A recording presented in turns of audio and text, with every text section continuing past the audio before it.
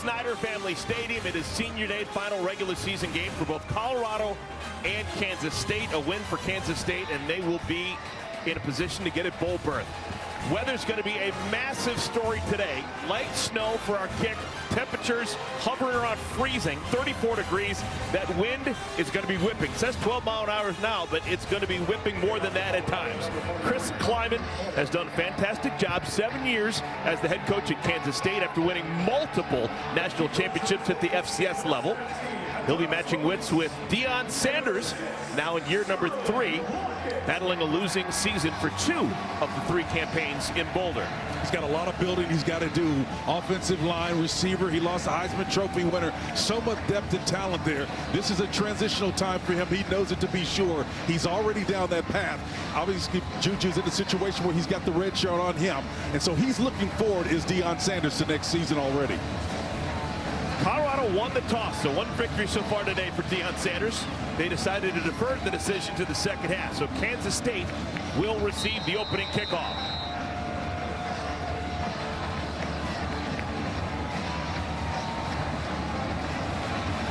Buck Buchanan will kick it off. That's a good football name. It is. Doesn't look like the Buck Buchanan I'm familiar with. But that'll work. On the run out. Out across the 25. This is Lockett. Sterling Lockett gets the ball out. And it will be Kansas State on offense. Avery Johnson, Mr. Do-It-All. This is now 26 consecutive starts. The things I like about him is his legs. He's the perfect complement to what they want to do right now. This is about continuity you're going to see with this quarterback. He is something special. Needs to get that completion percentage, partner, up around 63, 65% maybe. But this number right here, that package will work.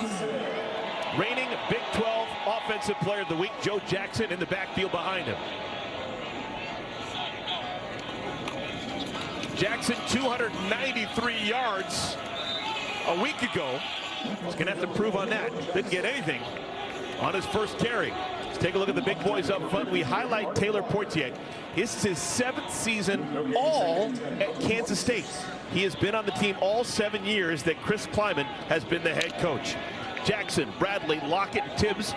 Will Swanson starts at tight end. Garrett Oakley was a game-time decision. He is not on the field. He's got a huge offensive line. You got to get more than a couple of yards on this one. Right up the gut again with Jackson. This time picks up a pair. It's going to bring up 3rd down and long. Well, again, this is 3rd down and long scenarios. You want to stay out of those predictable scenarios. And again, probably of the 2 teams, both of them are acclimated to the wintry conditions that we're experiencing right now. But the bottom line is you don't want to have to throw the ball in obvious situations. It's easier to defend. This seems like an obvious pass situation. They're defending for the run, though, with a single high safety here, so they're expecting run. Wow. It is a pass. 4-man rush.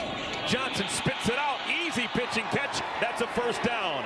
Jerron Tibbs moves the chains. Well, what they're playing is man coverage over the top of that because they had a lot of numbers, but you can see squat dog read. All that means is you're squatting on the guy, and the little pick, the natural pick pulls you off of that. That's the trouble with playing man coverage in these situations. You're tied into that receiver if you're a defender, and there's no way to get off of them if those 2 guys collide. Spencer, this is our 13th week together. It's the first time I heard you say squat dog. I like it. Dog read.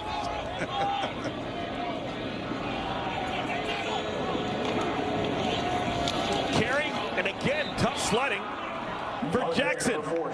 Tawfiq Byard was a game-time decision whether or not he'd be able to play. Clearly, he's playing. Blows up that play in the backfield. I'll tell you, Robert Livingston, the defensive coordinator, is doing a wonderful job. Watch him. He's bringing guys and bodies around the boxes and then giving them latitude. Now, what you got to be careful from is getting displaced, right? You don't get displaced on that particular play, but those smaller guys can get knocked out of there like Byard did on that one. And then if you get too far knocked out of those lanes, you start to lose integrity, and those gaps start to be created.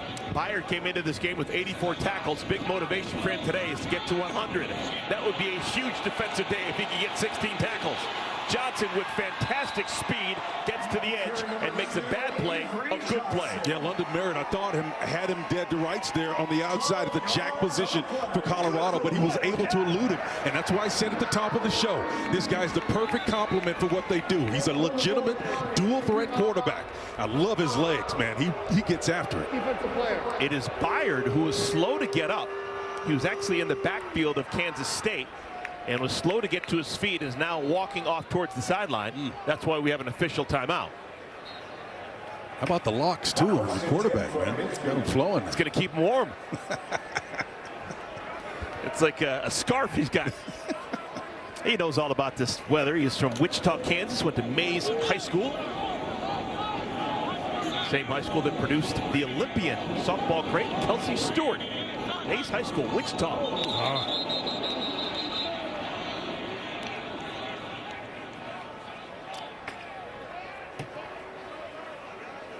Got to hold your water up there. I'll start. Offense, number 69, 5-yard penalty. Got your boy Taylor Portiero. Got him. 7 years, you would have thought he knew better. Hey, you got your most experienced guy there at the left guard position, right? Watch him. Can't hold his water.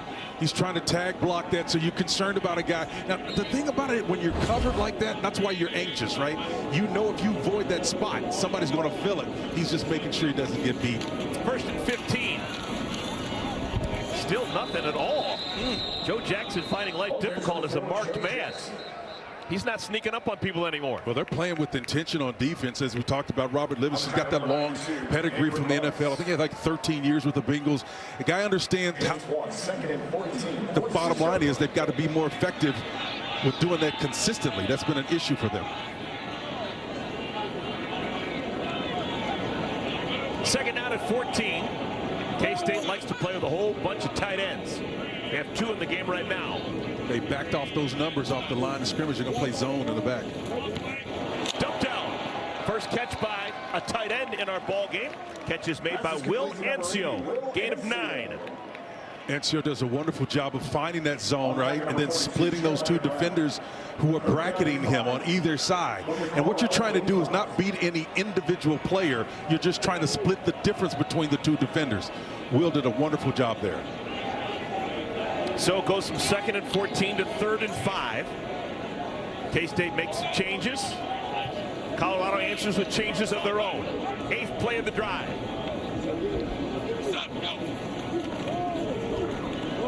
Jackson, first time outside the tackles, and it's a thing of beauty. Jackson has the first down and a bunch more. So they kept trying up the middle. That didn't work. They put him out of the edge, and all of a sudden, open country. And they've got power look here, working with the tight end underneath the lead blocker, and you got your off guard pulling as well. When the first guy misses, this guy right here is not small, right? You know, Kansas State usually gives you those Deuce Vaughn, or Darren Sproul type guys, 5'9" sub. Yeah. Those kind of. This guy right here is about 6 foot, 220 pounds. He can get after you, man. 27 yards on that carry. A little stepping out for Joe Jackson. Tight end Will Swanson in motion. Low snap, and again, Jackson. Here's number 4, Joe Jackson. See, Eric, these are the kind of drives that kind of suck the life out of you when you have a team that picks up where they left off the previous week, and they start that narrative again, and that identity sets in. And you can't look. You've been watching Utah film all week long. You know what they did against them, and when they can control the line of scrimmage like this and run the ball this effectively, you got to be concerned. What do you think about the choice of pants for Joe Jackson? He's got the pants up above the knee. Yeah, he's got him high, man. There's got to be some kind of violation there. There's no knee pad at all. Johnson, back of the end zone. Too tall for the tight end, Ancio. That would have been a touchdown. And that's really unfortunate, too, because Avery did a wonderful job. Did Avery just looking off. Watch his eyes stay front side to control that safety right here. Boom, he looks front side, and then he comes back. He settled just a little bit too much juice on that ball right there. Well, he worked that safety with his eyes extremely well, but just take a little bit off of it, man. It's tough to be thrust into the light like he is, but this is a great opportunity for him. Kansas State's converted twice on 3rd down on this drive. 3rd down and 7, run. It's now 4th down. And a decision for Chris Kleiman. Yeah, Braden Laughlin has done a wonderful job. There's a little uniform set up there with your best back, man. Listen, I know those pads don't really protect the joints necessarily, but those surface rooms, it should just let you look vulnerable. You know what I mean? Yes. That's... And it's cold besides that. Got to cut off the circulation. for the Spencer. Fourth down. I don't know if weather's the issue for not kicking a field goal, but they're going to go for it. They fourth got and the 5. strong to this side right here. They can get him. Johnson. Caught. That'll be a first down. First catch for the tight end, Lofton. A little roll of the dice in the first quarter for Chris Kleiman, and it comes up snake eye. And I think the shift is what got him, right? You see a lot of guys move, but the bottom line is you see no defenders move. So you got guys going on a shallow crossing route underneath, and then by the time the leverage gets there, he's on the boundary with some plus yards now. That's outstanding job of pre-snap movement. There's a good chance that Kansas State is going to take up half of this first quarter on this opening drive. Yep. And then you start looking at the points per possession strategy. You lose that battle, you're in trouble. Jackson forces way in. Touchdown, Wildcats.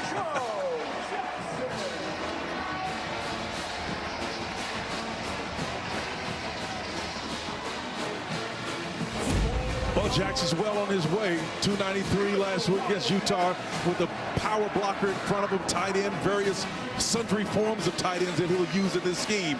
He's in the end zone once again. Number 4, Smoking Joe from Kokomo. Stepping out. 13 plays, 74 yards.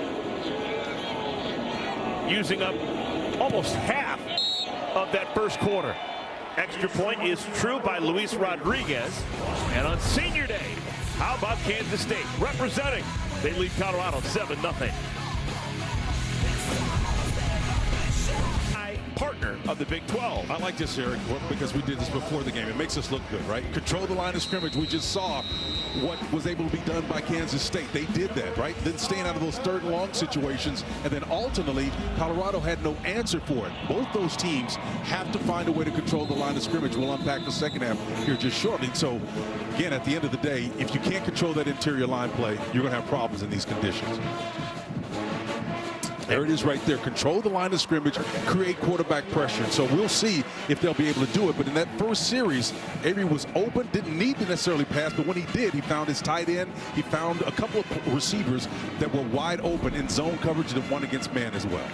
Everything old is new again. Caden Salter has been in and out of the starting lineup as quarterback. He is starting here in the final game of the year for Colorado in relief of Juju Lewis, who is sitting out, not injured, just to protect an extra year of eligibility. If you play more than 4 games, that's considered to be a full year of eligibility.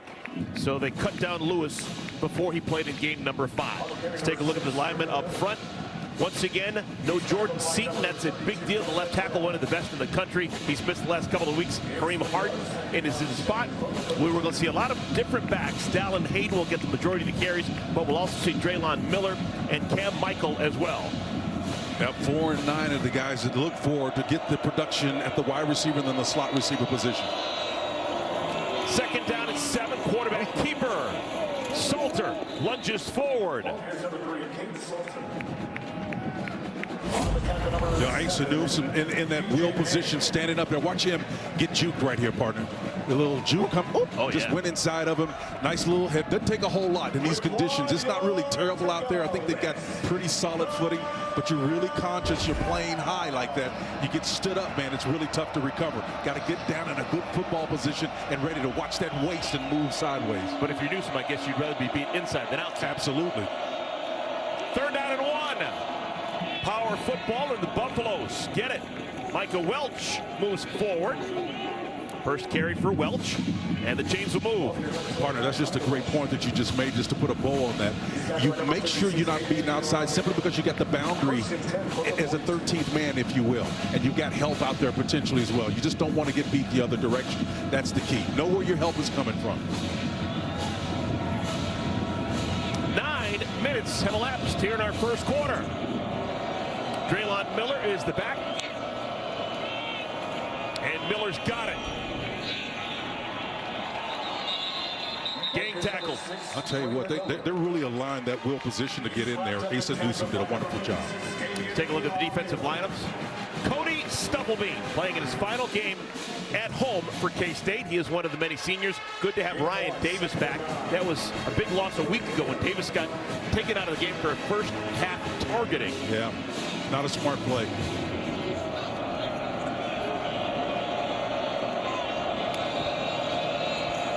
Second down and 9. Salter, complete, right to midfield. That'll bring up third down and short. Amarion Miller with the grab. Yep, and Gunnar Maldonado, the free safety, he comes in from depth, right? And he comes in the back half of this. Watch him drive down on this ball. He knows he's got help on the outside there. Fortenberry was the guy that's defending on the edge. And so, again, just these guys are so smart on the back end. They do a wonderful job of coaching all around. Van Malone and all those other guys over there do a great job at the back end. Third down and 2.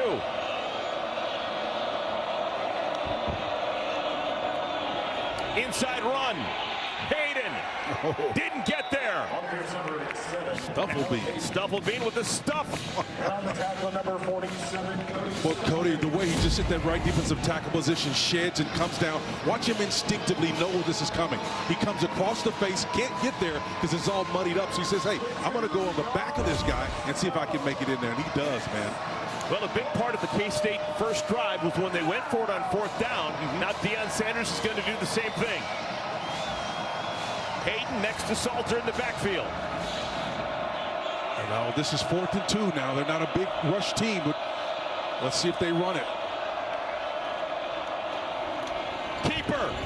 Salter didn't get there. Maldonado rips him down, and a flag is on the field. Did he get a bit of the face mask? It's going to be a gratuitous and beneficial call if it is that. I think I saw Salter's head snap a little bit. Personal foul, face mask, Got it. defense, number 32, 15-yard penalty from the end of the run, automatic first down. Well, the Mike backer, Desmond Perrell, is the one that did it, number 32. You can see him. He's the guy that gets that hand up there in the face, and clearly it's an infraction. Well, here's the thing about it. It's a mixed blessing. You didn't earn the yardage. You got it because of a mistake that the defender made. And so you got to be concerned about that. Would it be 4th and 2nd again? Would you go for it again? You don't have anything that courage comes from demonstrated ability. Hayden pushes out to the 30-yard line. Allen Hayden Jr. from Memphis, Tennessee. Gain of 5 yards. Love to get about 5-6 yards on first down. They can continue to do this. Stay out of those scenarios where it is 4th and short, and everybody knows that they should run, and they don't have a history of doing that well this year. We've had just 2 drives here in our first quarter.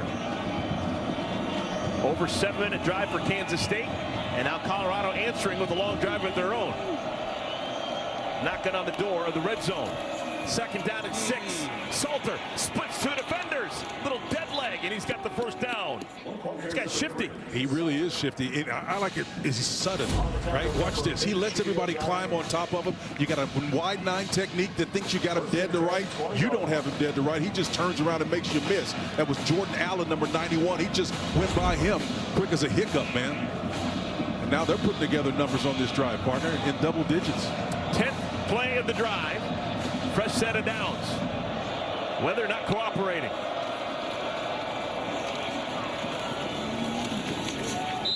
Hayden down inside the 20 to the 17. I mean, you got to give credit where credit is due. Brent Bartoloni and Pat Shermer kind of doubling up on the coordinator responsibilities, although Brent is the one calling the plays. Doing a wonderful job matching the energy and down and distance control that K-State demonstrated in the opening drive. 9 runs, 1 pass. How about that? That's impressive, man. 9 runs from a team that averages 123 yards rushing a game. That's pretty strong. Miller has replaced Hayden in the backfield. Salter drops back, looking for help. None's coming. He goes down. First man to get there, Quay Moss, and it'll be a loss. Yep, Quay came from that nickel position, and again, he knew he had help on inside, playing with leverage, and Quay just does a wonderful job of playing his assignment well and minimizing the damage. So it's 3rd down at a bunch. 3rd down at 12. We just saw Colorado go for it on 4 downs, but that was 4th and 2. Yep. I'm assuming if they get 10 here and it's 4th and 2 again, well, geez, I don't know. Yeah, this is where Joe Klanderman, the defensive coordinator, wants to come with pressure. He's only got 4 guys down here, so he's got a 4-cross look. Salter flips it out, incomplete. getting his hands on the football was Zayshawn Rich, who's disappointed he didn't bring it in. Yeah, because the guys up front did their job, and the quarterback is going to take a big-time hit here. And on the back end, Zayshawn Rich probably should have had it. You want a guy to pay that off on the backside if you can do that and help your partner out. That was Obazai Ibizor that did a wonderful job of getting there with pressure. You always talk about burping, guys. I think he burped Salter's mouthpiece out. Someone's mouthpiece came flying into the air. Blocked!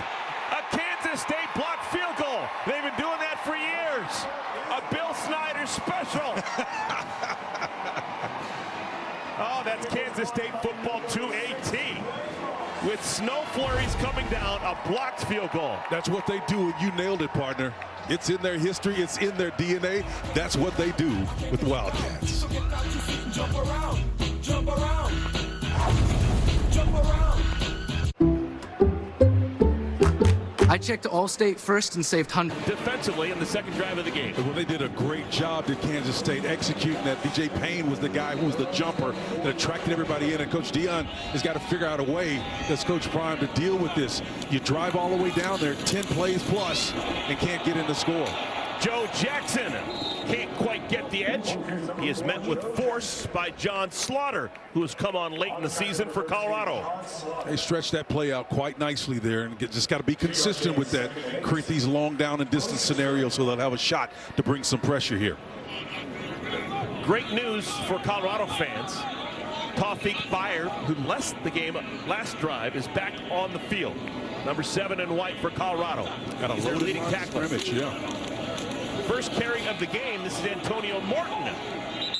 Martin had a fantastic game that we shouldn't forget about last week in that record-setting performance against Utah. He sure did. And again, one of the things that they're doing right now to defend that is to play 9 guys around the line of scrimmage. You had a single high safety look, and that last safety was the last one to get in there on that gang tackle. Byard was among those in there on the spot. So they're trying to defend the run is the point, with 9 people around the line of scrimmage. This is the end of the first quarter.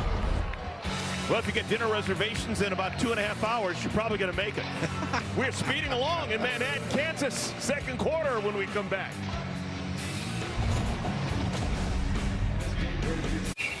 Morning, Pete. Coffee's on and your Uber's on its way. You know, I've been thinking, maybe I should just go by Peter now? Peter Davidson. Not bad. Sounds like I'm going to try and sell you an extended warranty. How about Petey? I know a dog named Petey. Little P or Big D? Oh, what about Double P? You want to go by PP? You know what? I think I'm just going to stick with Pete. Pete. I like it. I like you too. Per carry, and it was Joe Jackson doing the bulk of the work. 293 yards that broke the K-State record previously set by the great Darren Sproles. Wow. They had 348 in the first half. Man, it was unbelievable. Then he had that 66-yarder, right, on a 4th and 1 call. Amazing. First play of the second quarter, third down and 5. Incomplete. Nice defense play. Ball knocked away. That's Sean Myers on the defense. And Kansas State will punt for the first time. Sean did a great job of being aggressive. You know, sometimes just because you're playing man coverage, number 40 is say, hey, look, we've got to be aggressive, right? I'm going to make a sure tackle in clement weather, all that stuff. But a lot of times guys will get very conservative. And when those little sit-down routes happen there, you can still charge them and pluck them out. First punt of the game for either side. Simon McClannon gets off a nice one considering the weather. Heading the wrong way. Quanell Farrakhan is pushed out of bounds. Actually lost yards. That's a negative 3-yard return. We'll take a timeout. We come back. It'll be the second offensive series for Kaidon Salter and the Colorado Buffaloes.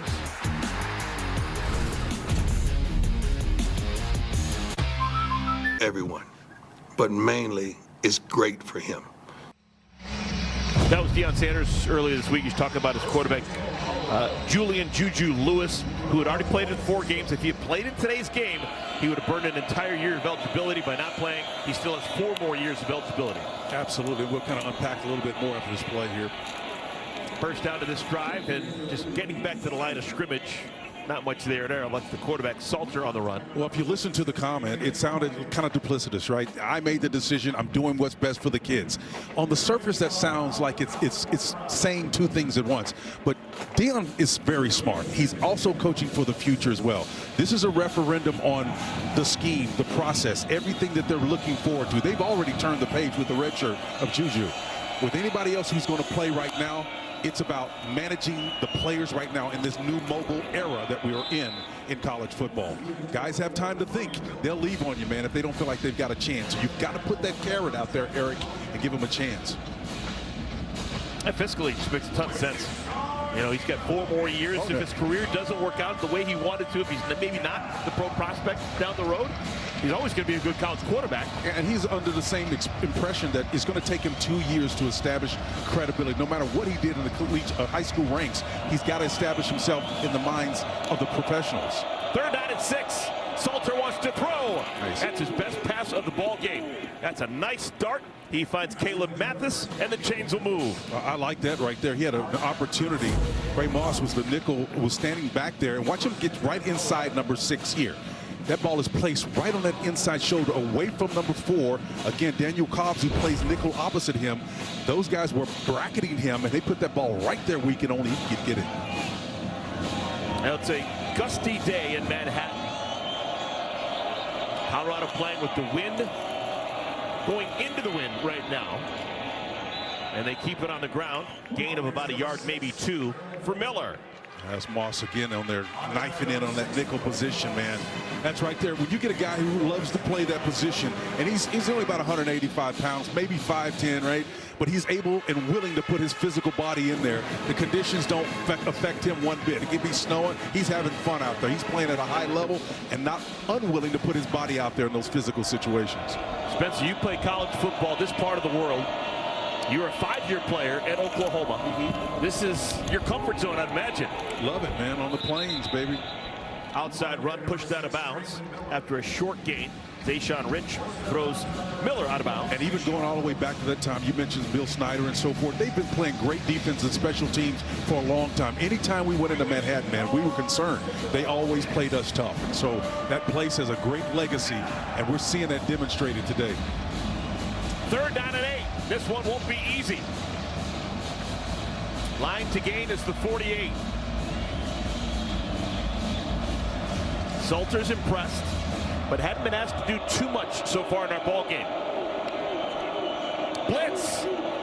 Salter keeps dropping back, and it's incomplete. Well, I love the fact that Joe There is a Klanderman, flag down, and it's in the backfield where the quarterback was. yeah, and there was a lot of bodies back there because they were rolling, was Kansas State, to a single high safety look, which meant they were populated. Personal foul, roughing the passer. Oh, my. Defense, number 8, 15-yard penalty, automatic, 1st down. Chidi Obiazor. Yep, that big defensive end, he's right there and he's late. You know, he's got his head up in a good football position, but it's just the timing on it, man, just a little bit too late. Well, this helped Colorado the first time they had the ball. A penalty defensively on Kansas State kept them on the field. And now they'll stay on the field again. And they're going to get out close to midfield. Balls can be spotted at the 49. Oh, they're getting moved even further down now. Good golly. Is that right? Yep. All the way down to the 40. So we still got 11 minutes to play, and they've got 3 penalties for 35-plus yards. That was one of the flies in the ointment a week ago for K-State against Utah. Pass is incomplete, trying to get it to Atkins. And, you know, of those 3 tight ends, I think Atkins was probably the sure-handed guy. But, again, dropping the ball, right? That's been part of the inconsistency narrative that we've seen from Colorado this year. No, they lost a ton of talent. But those little gimmies like that, particularly when you got pressure, you had the linebackers doing what we call a scissor stunt. They had taken themselves out of the play and left it wide open, and he still dropped it. Not much doing on that offensive line. And dragged down is Miller. Another tackle by Gabe Powers, the transfer from Ohio State. Yeah, but I think Travis Bates was in there as well. Man, watch him. Number 39. They mount him, and he still gets in there some kind of way. He started to let them finish the pony. So behind the chains, 3rd down and 11. 4 minutes into our second quarter.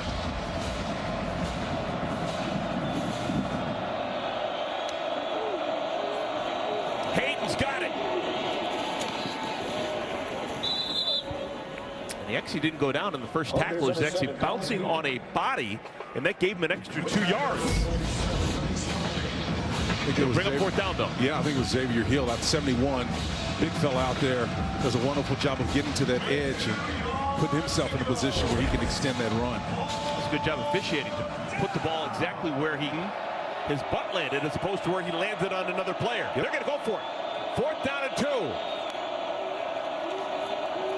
Inside run, Hayden. I don't think so. Wow. Still pushing. Will they give him progress? I think the side judge put him down before the push, but the insurge, yeah, they're going to put it short. But, man, that was a great effort. Yeah, the whistle must have blown just before that last push. Whistle's timeout for a measurement. Oh, my goodness. Pepsi measurement in a couple weeks. Yep, I think when that whistle blows, guys are pushing him, and it's a stalemate at this point. Whistle blows, but yet he ends up falling almost a foot past where the 1st down mark was.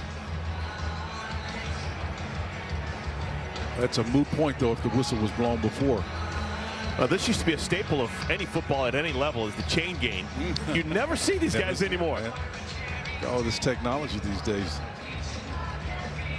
Trying to figure out how to do this. How do we do this back in the 90s? Yeah, they used to say, oh, it's 3 links, look short. Yeah.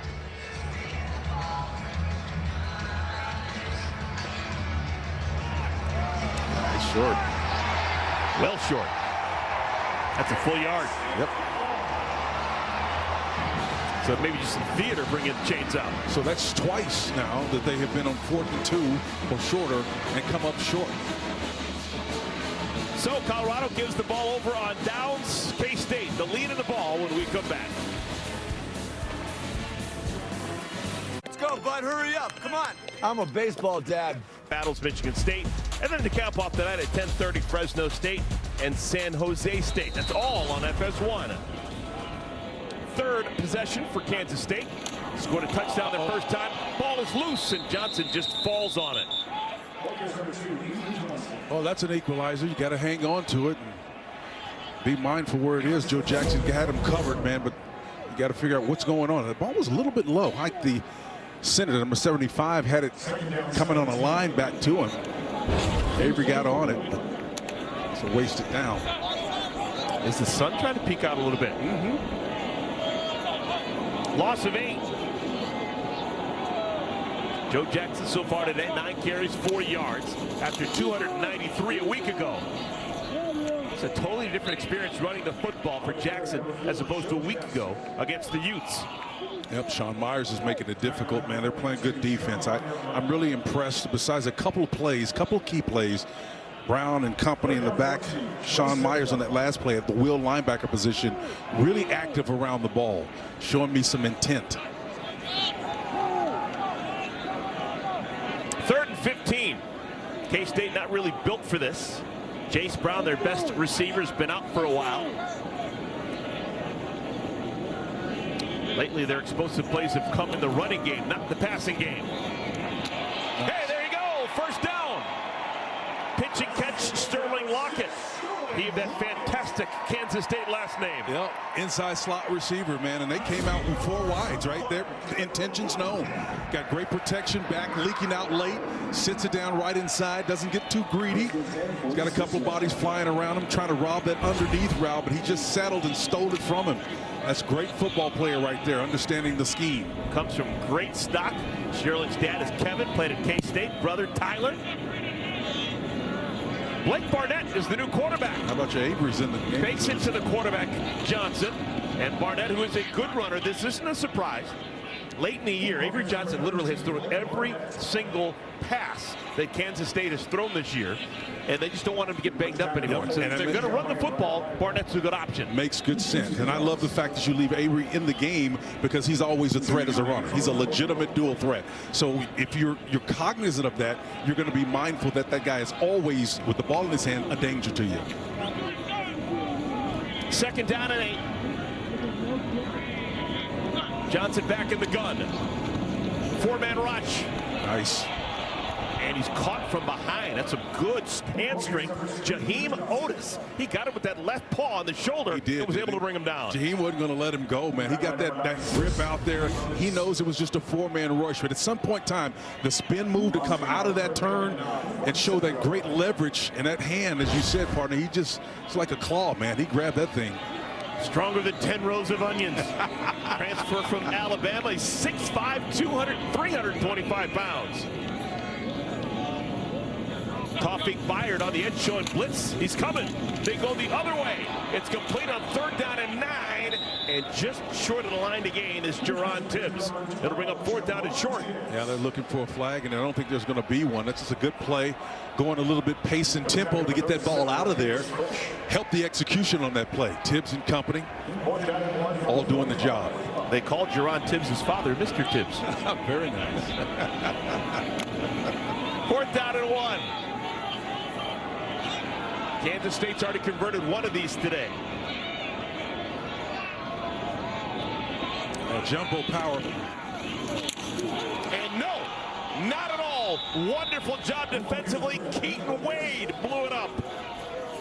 And Kansas State rushed for close to 500 yards a week ago. They can't even get one on 4th down here. Well, 71 on the edge. Watch him miss this tackle right here. He's in the backfield, right? The big fella.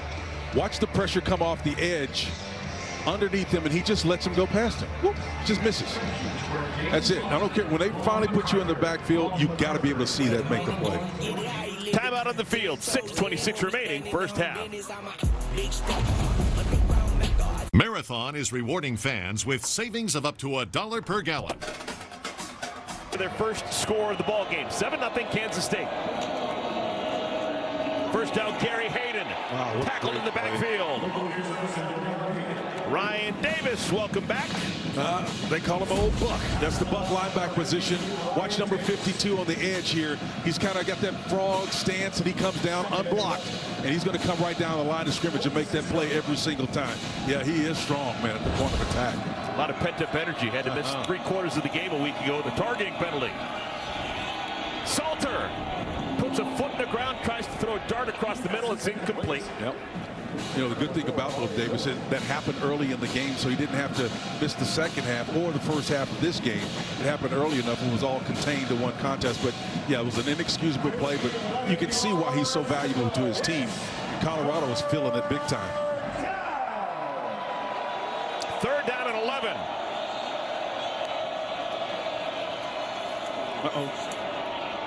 Salter tucks it under his shoulder. Gets out close to the marker. It's going to be 4th down and a yard. Both teams have been aggressive going for it on 4th and short. Will we see it again? Watch the left tackle right here. He pulls out and just does a great job of pushing the end man off and away from the quarterback so he can get clear. And a timeout called by K-State before the ball can be snapped. So Chris Klieman and his staff got a look at the formation and decided they wanted a timeout to talk things over. Back to Manhattan in a moment. Emmitt Smith is a legendary Totally different year this year from last year. Of course, Travis Hunter, Shedeur Sanders, last year, big part of what they did. Points per game way down, yards differential. Oh my goodness, that is a mountains difference. And the turnover margin, just kind of the vagaries of football. Well, the roster overhaul is at the root of all of it. 4th down, trying to get to the outside. And what a burst by Micah Welch. I thought he was dead to rights. Michael Welch keeps the Buffalo's offense on the field. Well, he does a wonderful job of getting out there and getting after it and being consistent with it. I thought they had him too off of the edge, right? The pressure was coming. Malcolm Alcorn was there, number 55, and I thought he had him, Alcorn Crowder, but just didn't miss him. That allowed him to get around the edge and bend that corner. Earned the scholarship on that one play alone.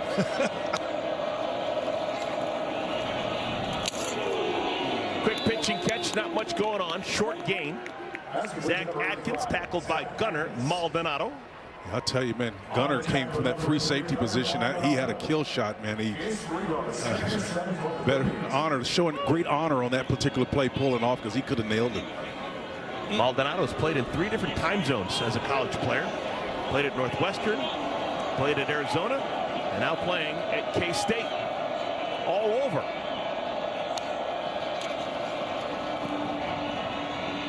Welch. Purnell. Wes Purnell on the tackle, 3rd down and 7. Wes Purnell punching it in there, man. Looking like Purnell Whitaker, man. He Sweet did in there, man. Popped in there and got in there, man. Bobbing and weaving. Let's get late early. We're going to go under 4 minutes here in our second quarter. 3rd down and 7. Blitz. It's picked up. Salter heading the wrong way. Just a up for grabs ball. That'll be the easiest interception of the season. Donovan McIntosh was sitting back there in that safety position, man, and he wouldn't climb, didn't have to climb the ladder. It was stalled like a duck, man, a mallard, floating up there in the air. Pressure from the backside. Love the fact that you're designed to run away from that pressure, leave him unblocked, but man, you got to put a little bit of something on it. That could have been the win. Yeah, the win got it. You're absolutely right. That's got to be the win. So interception for Donovan McIntosh, his first of the year. Wildly entertaining and unpredictable Big 12 has a champion to crown, and AT&T Stadium is where we're going to decide it. Into the corner, touchdown.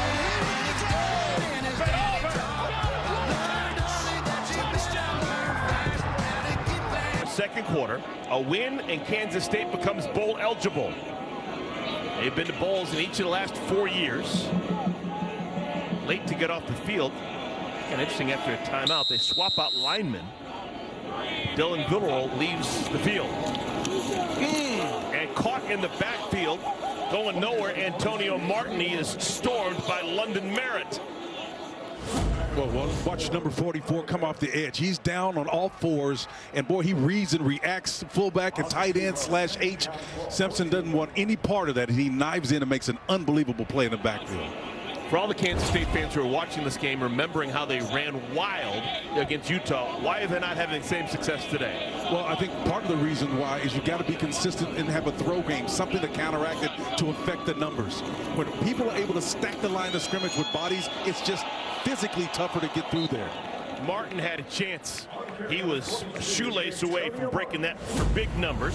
Preston Hodge saves a longer gain. It is a gain of 7. Yeah, and just remember, just to finish the point, partner, one thing that Kansas State typically kind of keeps in their back pocket, but has always been dangerous historically, is their tight ends. Their tight ends are unbelievably gifted. They just choose to win this way now because the talent allocated is toward the run game. Chris Kleiman would love a first down here and keep his offense on the field. 3rd down and 4. Great protection. Johnson. Incomplete. Clock stops. 2:30 to play, and the punt team will come on. Johnson looked like he was kind of holding his hand there a little bit. It's a nice, I think, a clean hit on him. For K-State. Oh, the Malachi crunch.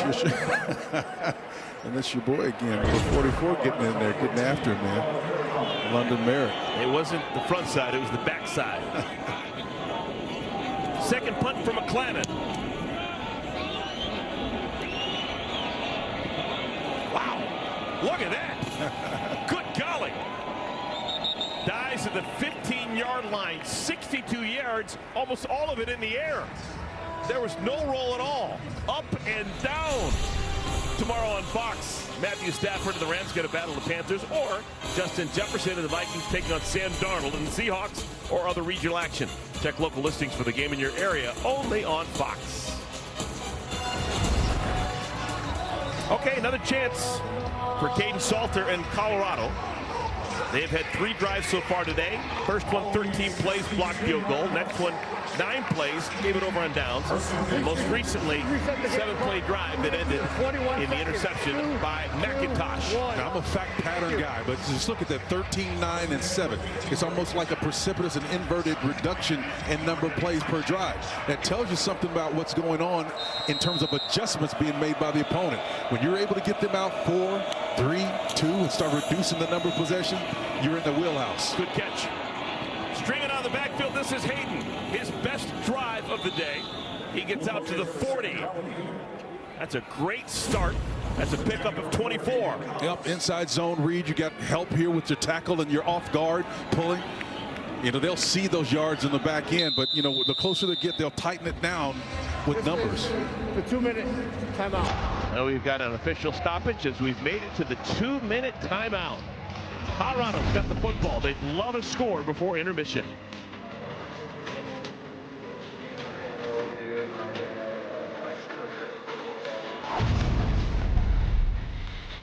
If warm-hearted Barb suddenly had... Yeah, I said the break. Done deal, Mike Bill. Thank you. You've been excellent all season long. Staying on the ground, this is Hayden. Starting to get his legs underneath him. Had 24 yards a moment ago. This one is a solid game as they cross over midfield. Another first down run. Colorado's got all 3 timeouts to work with. Yep. Let's see how they navigate it again. As we noticed a minute ago, the reduction in plays per series. Let's see if that continues. Salter. Nobody home. Nope. Second down and 10. Just a reminder, Colorado, Deion Sanders won the opening toss and said, you know what, we want to make that decision in the second half, and they will take the football to begin the second half. So this could be one of those back-to-back scoring drives, ending the first half and beginning the second half. Yeah, they got to navigate this current situation, does Colorado, that they're in with Joe Klanderman. He's dialing up the perfect defenses for the situation.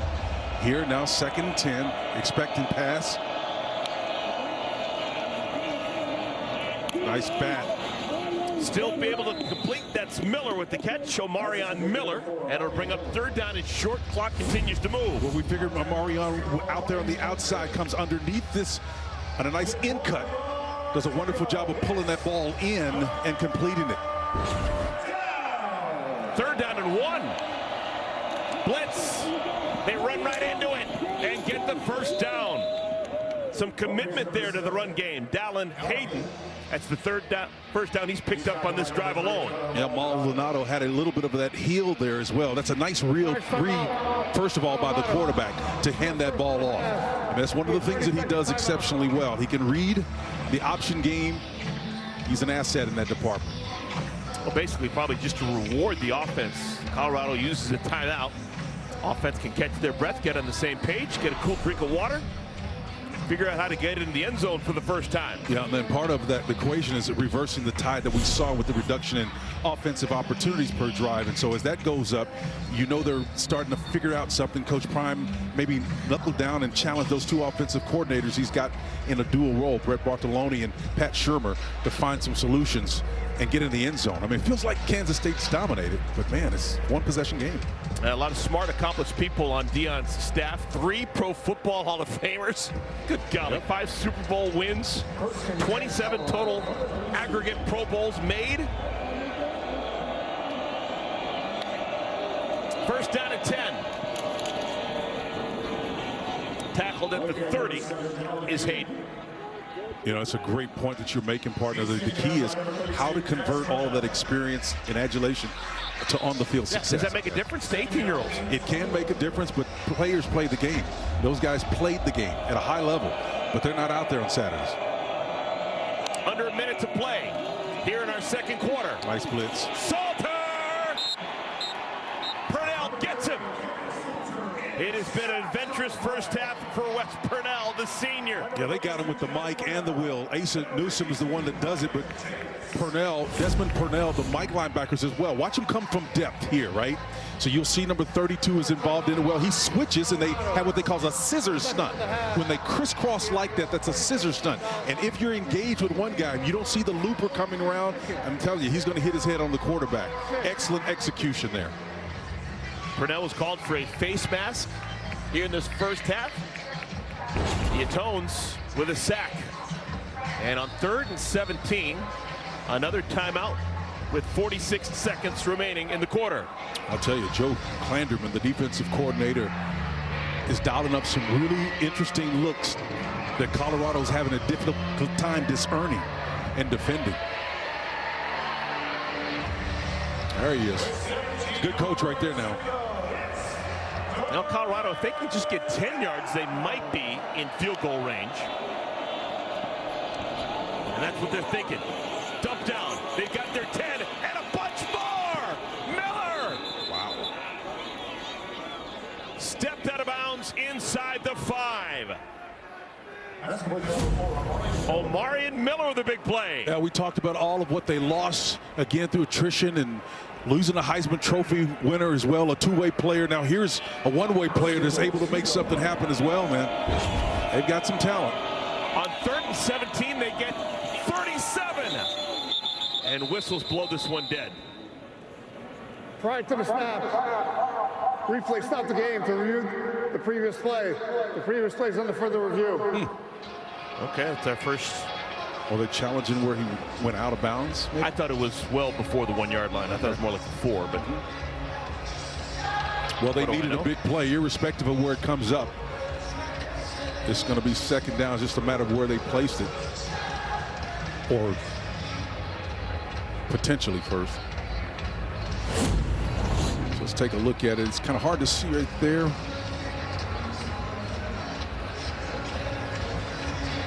I'm looking at this side judge. He still thinks he's in because he's still tracking him, watching him into the end zone. Oh, I thought he went out about the 4. Yeah. But yeah, maybe he actually made it all the way to the end zone. I'm looking at the eyes, though, of the guy just watching him actually on the sideline, and that other shot showed it. That official was still looking at him. He never really looked back. He put the ball out to the left hand to try and get it over the goal line.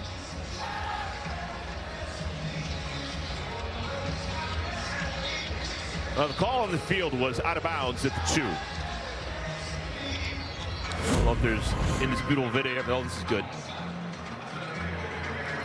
Yeah. Right there, that Hill's out right there. The line judge is the one who called it. The side judge was looking at his upper body. The line judge is the one that called it out. And I think that's where they're going to place it, about the 2.5 yard line. Yeah, they'll have to piece it together because the heel did step out of bounds. But where was the ball at that point? Well, irrespective of where it ends up being, I think the fact that Colorado's even in a position to make this a tie game as we go to the half is pretty darn impressive. And that's a great point. Max Arnett, our guy, says, hey, does the hill actually come down? And if not, I think, At the further review, the runner was out of bounds with the ball at the 1 yard line. It'd be 1st and goal, Colorado. Okay, well, they basically confirmed what the call on the field was. Yep. And if the heel didn't, it was a tapper. It was really quick. You know, it was hard. You know why it was hard? Because those shoes were white and that sideline was white. And you couldn't discern the difference. You know, first thing I do when I see that, I'm looking for that crumb rubber, that black stuff that's in there, that little tires is chopped up. When you see those little black flecks, that means there's some space in between wherever's underneath it and what's on top. Didn't see that. So Colorado will have a bunch of time to try and punch this in for their first score. It's 1st down and goal from the 1. Miller's into the game. They're going to keep it with Miller, and he goes backwards. That was a direct snap to Draylon Miller, and he is brought down by Purnell. Yep, the Mike linebacker, he's been nosy all this series. Again, his battery mate back there at will, Asa Newsom, didn't help, but Mike, the Mike linebacker, came in there flowing. Desmond Purnell, all 232 pounds of him. Watch him float, read, and react. come to the outside. And Miller got a terrible spot. They put the ball outside the 5 at the 6. So it's a loss of 5. Buffaloes have one timeout to work with. Blitz. Salter. Did he? Not quite. Short of the line to gain. That's Mathis down at the half-yard line. And that's funny, too, man. He was actually in the end zone and had to come out to get the ball. I don't know if he felt like the defender has as much opportunity to steal that one as he had. But great job of bringing it in. But he actually started his leap in the end zone. So right now he's in the end zone, right? And he lands out of the end zone. Colorado. This is their third and final timeout of the half. It will be a full timeout. Quay Moss was the man who hit him and made sure he didn't get into the end zone. And it's third down. The game clock to 21 seconds. 0, 2, 1. Thank you. Third down and goal from the 1-yard line. Colorado has used their last timeout. So just put some opportunities here. They could theoretically run this football, but then you'd be in trouble if you didn't get in. You really have to bust it to get out the field goal unit or run another play. I wouldn't try to execute a field goal. What I would try to do is either run it or throw it. I'm totally fine with either one. 21 seconds is more than enough time to try either one. And then on that fourth down, you got a time to clock the ball. It's third. So it'll be third down. It won't be but clock, but I'm just talking about in terms of you don't have enough time to execute a field goal. I don't think. Okay, so this has got to be a pass then. Yeah. Unless you're 100% sure you can run it in. To stop the clock. No timeouts for Colorado. If they run the football and do not get in the end zone, they may run out of time. So that being said, Kansas State probably thinking this is a pass.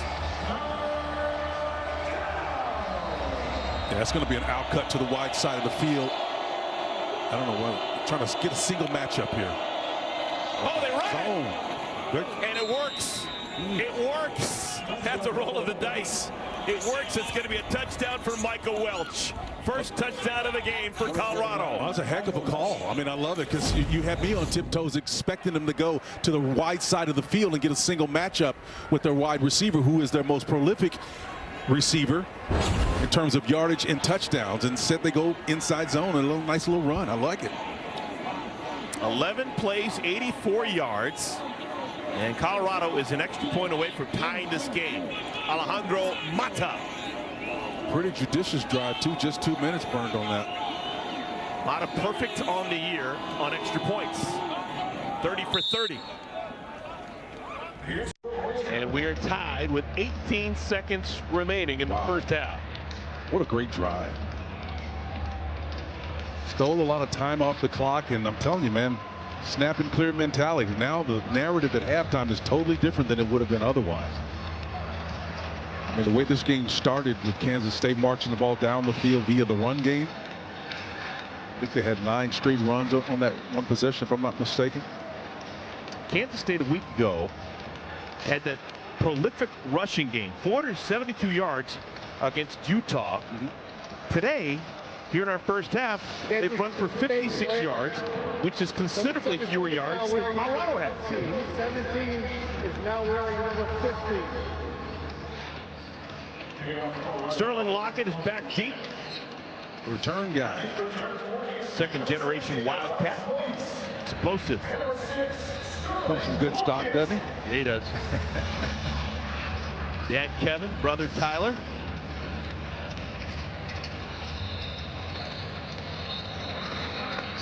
They're going to have to put a hand on that. Ball keeps blowing off the tee. Falling off twice already. You don't get a third chance. Just get a finger down there. Wrong side. Wrong side. I'm a righty. Those wind is taut. It's a nice strong zephyr, a westerly wind.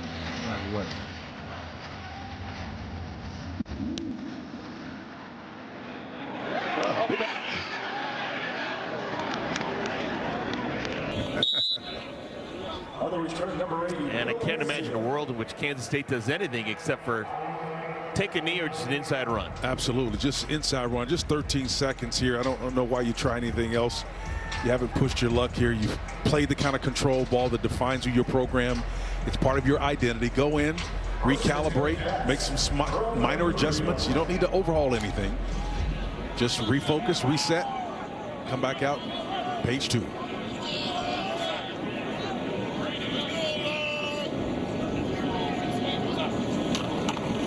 Jackson is tackled. Clock continues to move. And both sides head to the locker room. Okay, Colorado will receive the second half kickoff. So something to look forward to. 7-7 tie. Time to send it to our LA studio with Mike Gill, Chris Peterson, and with a ton to play for. 7-7 tie with Spencer Tillman. I am Eric Collins. We saw the rushing attack for Kansas State a week ago. They didn't win a ball game, but just prolific ground game. They can't do anything right now against this Colorado team that seems to be playing inspired football. Yeah, Colorado's defense is playing well, but I want to go to the offensive side of it. I think this Colorado offense has been surprising from a standpoint of no penalties, right? That's kept them clean. Salter's done a wonderful job. He had the one pick for sure.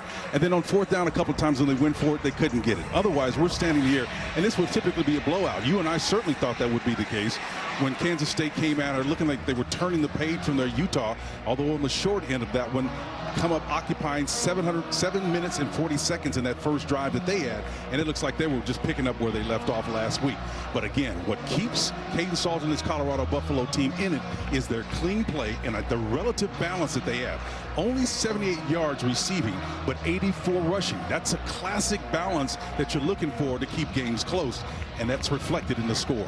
Colorado has twice the amount of first downs as K-State. Okay, clean slate, 7-7 tie, 30 minutes remaining in the regular season for both Colorado and K-State.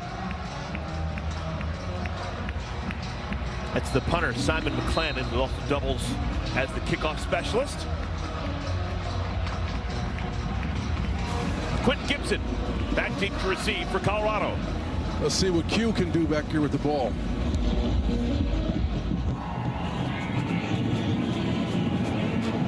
Here we go, third quarter's underway. And out across the 25-yard line to the 27-yard line. That is the up back, Caleb Mathis on the return. If you're just joining us, Kaidon Salter getting the start. He has started a handful of games throughout the course of the year. Lost the starting job to Julian Juju Lewis. Lewis not playing today. They're trying to save a year of eligibility. If he would have played today, it would have been his 5th game, which means it would be an entire year. He would no longer have his red shirt. Lewis still has 4 full years remaining. Salter with a chance in his final game of the season, the senior from Cedar Hill, Texas. Just consider it a long audition, and I think not just at the quarterback spot, but for every position on this Colorado Buffalo team. Deion Sanders has got to find some solutions. Designed quarterback draw, and it fooled no one. Ryan Davis has had a nice ball game. Also in the mix, Malcolm Alcorn Crowder. Yeah, he really has played well at that buck position. That's the outside linebacker. Watch number 52 down. He comes down, and he totally ignores the pulling guard from the other side and gets underneath all that trash and makes an outstanding play on the other side of the line of scrimmage. Playing with a little bit of pace now. 2nd and 12. Salter. He can run. He's got the first down. And Salter out to midfield. Wow, that's impressive, Eric. I thought Stufflebean had him. You know, Corey, number 47, watch him when he goes upfield. Once he turns his shoulders upfield, and this is one of the things that he can do. He's a legitimate dual threat guy. He turns upfield, and it's just like he's tagging him, right? Man, you got to go get that guy. You got to go get him, man. So, wow. 22 yards on that keeper. That's how you corral him. Welch tackled Gunnar Maldonado. Yeah, Maldonado from the free safety position trying to show his fellow teammates how you do it. That's very un-Clanderman-like. Joe Clanderman usually teaches those guys the fundamentals, and they're all over it. I don't know if that's a tenable response, but here's how you do respond to this. This is proper tackling with leverage, knowing you got help on the outside, and corralling that guy down. That's some mutton busting right there. Dallin Hayden back into the game. Salter again leaves the pocket, lowers the shoulder, and gets the first down. Well, Daniel Cobbs popped him pretty good, and man, I think maybe you thought he was going to go down and try to protect himself, but no, stays up and just absorbs this punishment here. Just a 4-man rush, so not great pressure. Maybe got a little way with a little holding call right there in Colorado, but a wonderful job of finishing on the back end. Salter listed at 6'1", 190, but he runs a little harder than you'd expect. He runs heavy, and I think some of that is he lopes when he runs. He gives you the impression that he's not running that fast, man. He's covering a lot of ground. First down and 10. Tight end Atkins got it. Breaks the tackle. Inside the 35. I hope we get a chance to take a look at this, man. When you watch how this ball is thrown upfield so that Atkins can turn his shoulder and get upfield vertically really, really quick. That's what makes the difference. A lot of times you got a guy that doesn't have anybody on him, but the ball is thrown on his back shoulder. He has to catch it, turn upfield. But when it's in front of you and there's no coverage, man, you're still running. Salter gesturing towards the sideline as if he couldn't hear.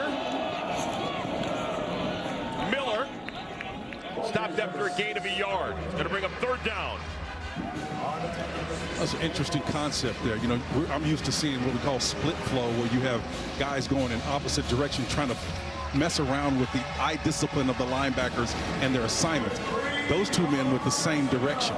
And it really doesn't do anything to affect the defense. So I'm not sure if they're setting up something here. We'll see what they do on this play. Late defensive substitutions being allowed for Kansas State. K-State on the outskirts of field goal range. Third down and 3.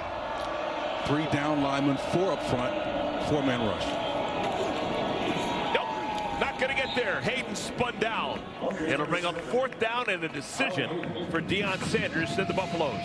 Let's go to Mike Hill in LA for an All-State game break. Of course, we got the game over on Fox. Ohio State, Michigan, 10-9 Buckeyes, late second. Julian saying to Brandon Ennis on 3rd and goal. Ohio State, 6 for 8 on 3rd and 4th down so far in this one, up 17-9 at the half. Eric and Spencer. Great stuff. Thank you, Mike. They're going to go for it. 4th down and 2. Inside run. And I don't think he got there. Wow. Hayden pushed the pile, and I don't think he got there. He may have about 6 inches short, man. And it was a clean gap between that white line and, yep. Nope, didn't get there. Not even going to measure. It is going to be Kansas State football. Well, we've seen this, right? We've seen it 3 other times today on 4th and 2, twice in the first half. Again, Deion Sanders denied.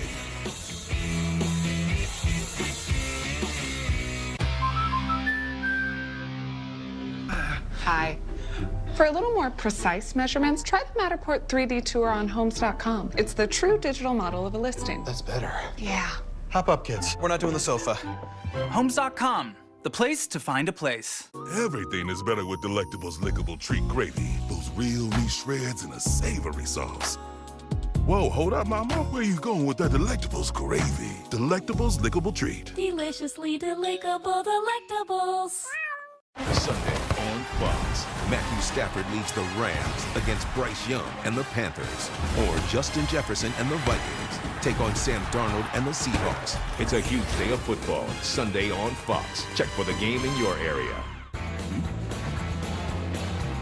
We are back. Manhattan, Kansas. 10:46 remaining, 3rd quarter. Buffaloes had a chance. Couldn't convert on 4 downs. So Kansas State, their first and second half look.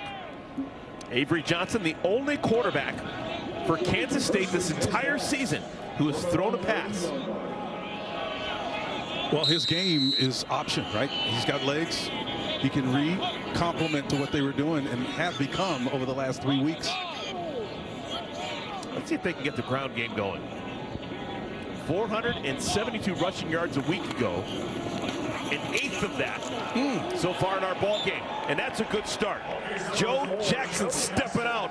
8 big yards. Oh, just ask Jeremiah Brown if he's stepping back. Watch number 42 absorb this shot here. Brown comes down and he's going backwards. Moonwalking, baby.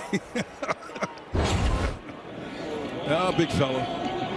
48 yards for Jackson. This is a week after he ran for 293.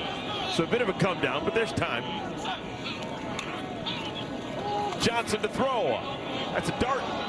Nobody home. Wow. Receiver fell down. That was Tibbs on the ground. Yeah, that was a nice 3-quarter field attempt. You don't see him make those kind of throws. That's a next level kind of throw, right? Got receivers out there that can get open. That's his ex-receiver, the most prolific one he has. And if you're going to make that attempt, that's the guy to do it with. Now Chris Kleiman and his offensive coordinator, Matt Wells, they hate 3-and-outs. Not good for anybody, offense or defense. So these are desperate times. They would love to get this. And it's going to be a Wildcat formation. Blake Barnett is the new quarterback. They put Johnson out in the slot. Design quarterback run, and nowhere close. Barnett has not thrown a pass all season long, so you bring him in there, you're assuming it's going to be a run. Yep, and that's what you're trying to do, get eyes disciplined and out that way. But just to watch Sean Myers, number 40 and company, they stay home and does a great job with their run fits, right? Being exactly not allowing all of that horizontal direction and movement to affect them. K-State is playing for a bowl bid. That's their third 3-and-out today. And the decision to let the ball bounce, not a good one. Ball will roll all the way down to the 10-yard line. That is a 51-yard punt for McClellan. Colorado ball when we come back.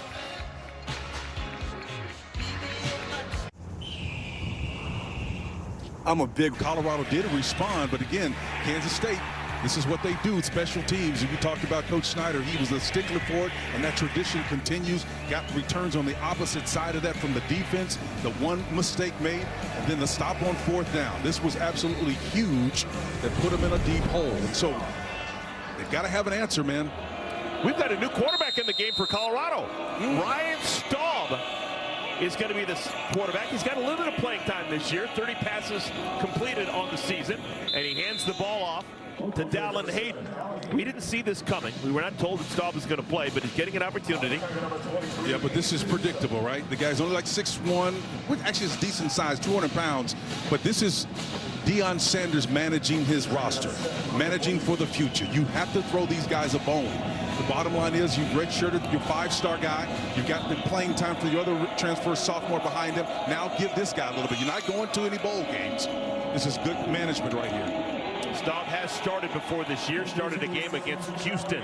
That'll be another negative play as the defense has been whipped into a frenzy for Kansas State. Love that move, though. Love that move, and I love the idea. Again, the read zone not there enough. Great pressure coming down fast and hard from the outside. Again, nowhere to run, nowhere to hide on that particular play. So a 3rd down and 8. They'll go back to the starting quarterback, Caden Salter. Ball's at the 12-yard line. Wildcats showing blitz. Here it comes. Salter. He's been impressive running the football. This time pays the price. He got stood up by Logan Bartley, true freshman from Naples, Florida, number 10. And we sang this a couple of times. Now watch the scissors twist. Watch the linebackers crisscross. They take themselves out of the play. They're going to literally crisscross one another's responsibility, but then they vacate a void on the opposite side. Great job by Salter releasing away from the numbers where the fewest guys are. That's good football right there. There have been a lot of games like this with Kansas State over the years. Low-scoring, late November games where special teams turns the game. This is a real opportunity. You got Lockett back to receive this punt. Low kick. Fortunate to get it out of there. And Lockett has to run away from it as it dies inside the 45 at the 44. 39-yard punt. For roughing the kicker, the ball was tipped. Ball was First down, Kansas State. Oh my goodness, that should have been blocked. Yeah, it should have been blocked. And if you had your cape off, you get that one. Yeah, that was Ralph Ortiz, who probably should have blocked that, just barely missed it. This or that. Here they come, yo. Here they come. You can Venmo this or you can Venmo that. You can Venmo this or you can Venmo that. You can Venmo this or you can Venmo that. I think you Venmo this, yo. Swears that. Yo, niftily. Yo, we can make it hip to me. What we are, cause what we be the epitome, do, da, dippity. You can Venmo this or you can Venmo that. I think you Venmo this, yo. Get your Venmo debit card today with free Perplexity Pro.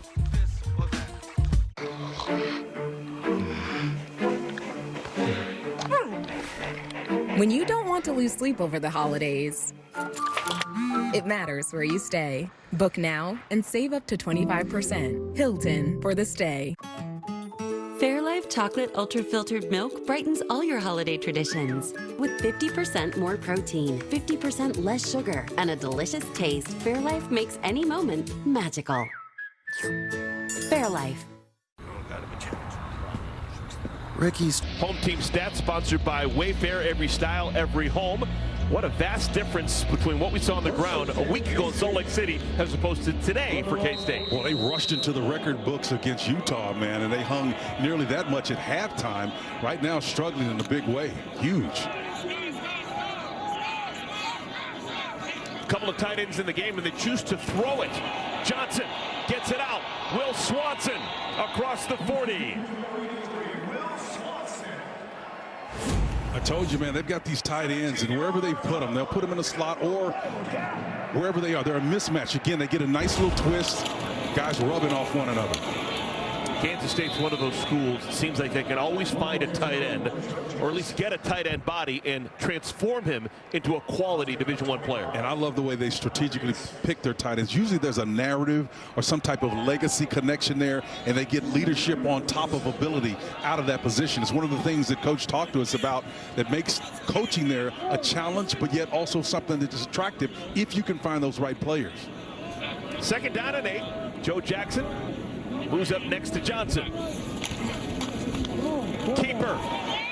Johnson hasn't run quite a bit today, but he gets to the edge and leans over the line to gain. Well, Hodge and company were coming after him, man, but the guy's got assets. He can really run, and I just love the way he looks, mesh, then decides to read it, and then just outruns everybody. Got great speed. He needs to learn how to get down a little bit earlier. No, he's probably trying to bend down, but man, if you're standing up like that, they're going to tag you. So we move under 6 minutes to play third quarter. Second half possession for Kansas State.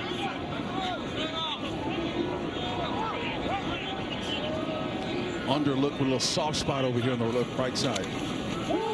Play action. Deep drop for Johnson. Nice. And a nice crossing route results in a first down to Jerron Tibbs.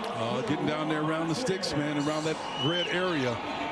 Guys got to really start watching and pass some guys off. From the inside slot position, the short motion, and then the shallow crossing route, just drifting, got a natural pick inside. We've seen that 3 times today where natural picks, or we're not going to call them picks, they're natural rubs that are created that allow for a guy to come wide open. Every offensive coordinator is going to correct you on that. They're rubs. They're not picks. We don't do picks here. That's right. Gain of 21 yards to Tibbs. Play clock's down to 4. Jackson to the 5. Did he? No. I thought he did. No, just shy. Wow. Now they give him the touchdown. Delayed gratification for Joe Jackson.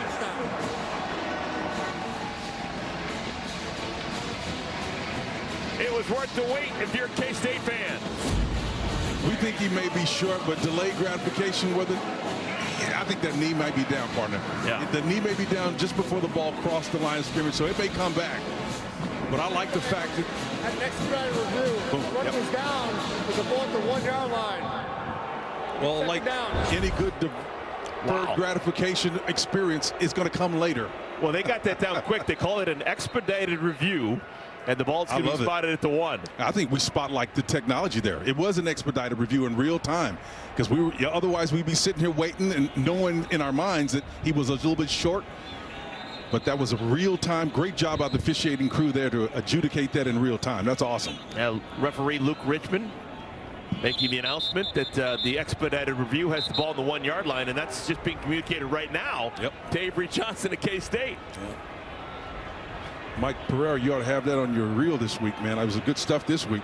Hey, we got a big package of a couple of seniors coming on the field. Cody Stufflebean, number 47, normally a linebacker, and Oso Seumalo, number 99. They both checked into the game. 2 seniors with a chance for a little bit of senior day glory. 47 to Stufflebean, 99 to Seumalo. And they give it to Jackson. He rides behind the seniors for a touchdown.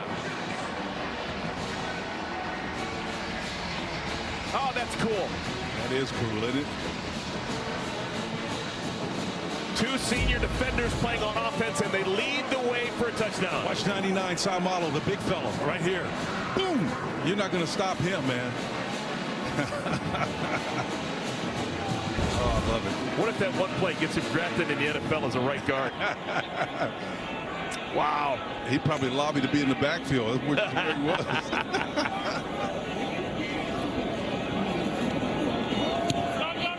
All smiles again for Kansas State after some nervous moments. No longer tied. It is a Wildcat lead once again, 14-7 in Manhattan.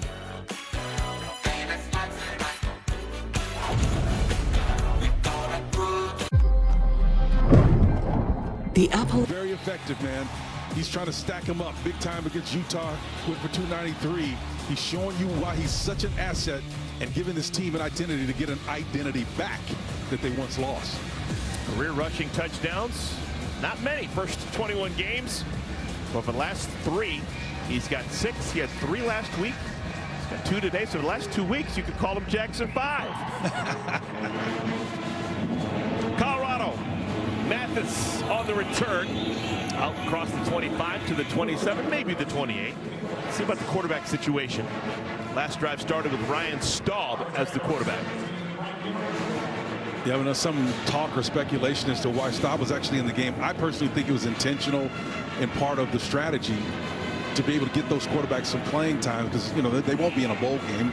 So getting some experience, I think, can satiate these kids just a little bit. We have seen Salter, though, gesture to the sideline that he's having a hard time with his helmet, maybe hearing what he should be hearing. Indeed. Quick pitch and catch. This is Omarion Miller. Short gain on first down. Tough play. Wham screened into the short side of the field. Don't have a lot of space to navigate. And again, he wants to get his guy out of there, but, you know, it's really a restricted kind of situation. There's just not enough room to do anything more than what he did. Salter began his college career at Tennessee. He was Conference USA MVP in 2023 as a Liberty Flame. Got there. That'll be a first down. Looked like it took a minute to get to Brown there, but it kind of dipped just a little bit. I'm trying to assess. I'm not going to say fully what I think of his arm just yet. But that ball looked like it had a rope on the end of it. You know, just kind of died on the back end. You want that ball to be on a line. First catch, Sincere Brown this afternoon. Micah Welch to the left side. These are the guys that I thought was actually going to be able to help Colorado stay in the game. Again, it was going to be asking a lot because they were averaging 123 yards along with Welch and company in the backfield. Not a prolific running group, to be sure. That's not a commentary on them personally. It's just they haven't been great at running. Deion knows that. He's searching for solutions now, and this is the long audition. Second down and 6. Salter slings that one. Nobody home. A little bit too strong for Miller. It'll bring up third down. Got to be careful because, you know, Miller wasn't open, actually. There was a safety over the top, and if that ball is thrown just a little bit less hot than it was over the top, that safety could have come underneath that and possibly been headed the other direction. Colorado just 1-7. Big 12 play. They have not won a road game.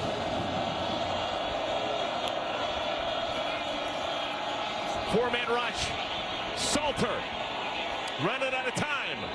Pushed out of bounds, well short of the line to gain. Maybe Colorado thinks about going for it. Well, they've tried 3 other times on 4th down today, and those first 2 come to mind. This is 4th and 3. Let's see what they do. And punt team will come on. Punt? Yeah. Kind of in that awkward range that maybe you consider it. But nope, they're going to punt it. Damon Greaves.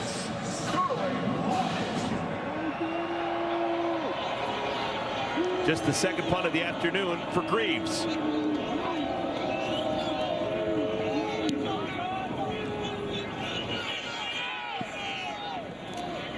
And the ball just checks up, doesn't even get to the 20-yard line. Not a great effort. Good starting field position for K-State. Weekdays on FS1. Sharp minds talking everything that matters. Wake up, Barstool. The Herd. First things first, it's sports talk that never lets up. Weekdays on FS1. No brainer. Good content right there, man. Well, we are in Manhattan, Kansas, about 130 miles away from Wichita. The guys in front of Avery Johnson, you can call him the Wichita lineman. If you're that's right. Glenn Campbell fan. Glenn Campbell, absolutely. The Wichita lineman. The Wichita lineman. The reigning Big 12 offensive line of the week. The performance they had last week in Salt Lake City against Utah.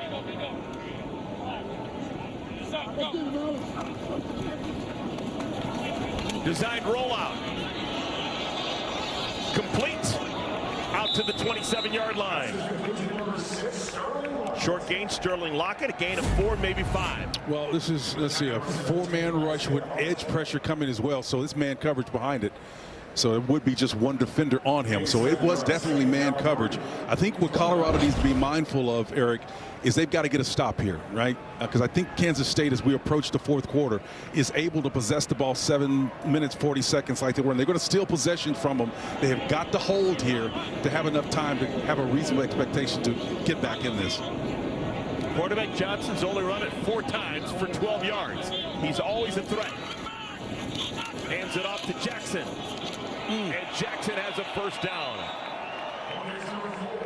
He runs hard. Yeah, you talk about yak yardage, yards after contact. I guarantee you that was at least 5 here after the initial spin.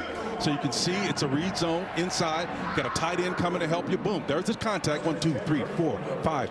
5 yards after the initial contact right there. He spins off of it. He's like a whirling dervish, man. This kid right here, plus yardage.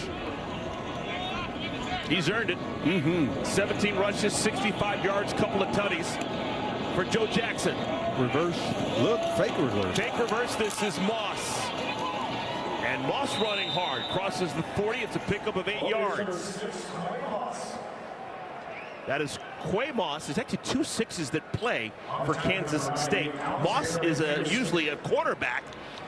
You also got 6 Sterling Lockett, but that was Moss. And I think they got Alexander McPherson and those guys in there now. You're looking at the offensive side of the equation here, but on the defensive side, what you're seeing is the 3rd and the 4th guys in there. They're short of bodies right now up front.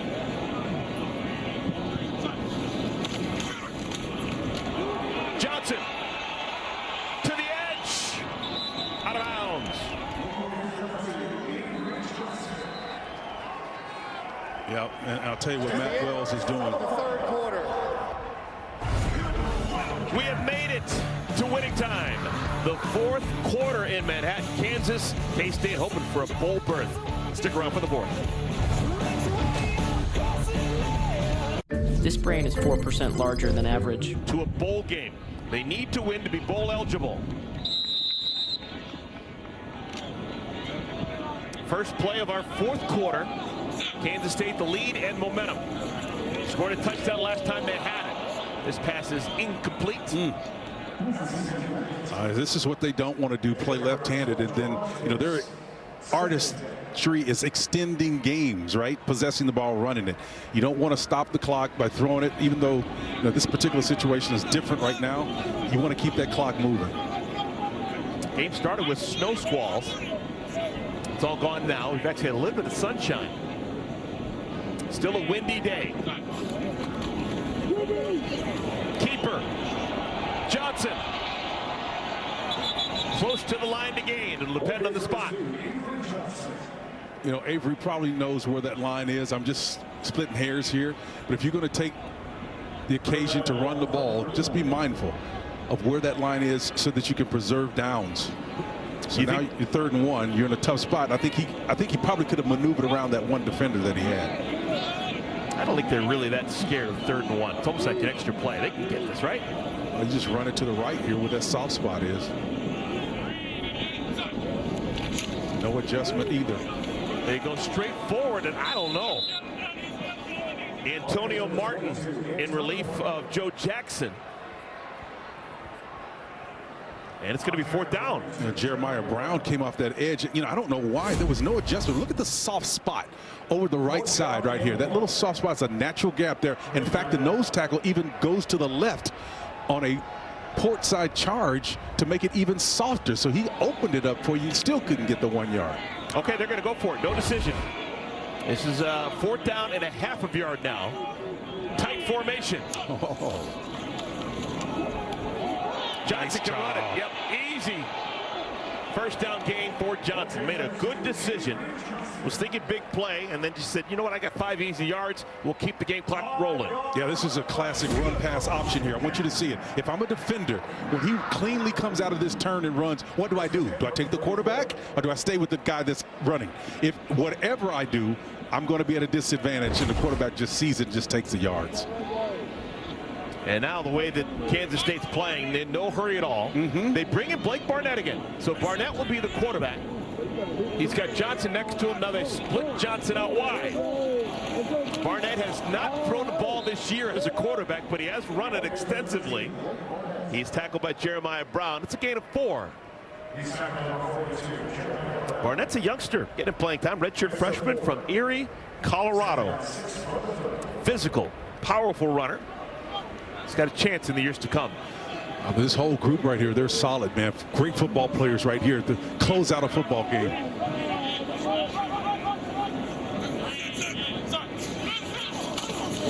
Jackson. He'll be 2 yards short of the line to gain. There's a long line of great ones. I remember L. Roberson. I'm going back on you, partner. Oh, yeah. Long time ago. Sure. Michael Bishop. Oh, big, strong. Yeah. A long line of great running quarterbacks, and this is what Kansas State has been able to do to salt games away late. And I'm not suggesting that Avery's in that class, but this is what you've got to be able to do. This is the style that they use to close games out. Barnett's back in at the quarterback spot. 3rd down and 2. Do his Colin Klein impersonation.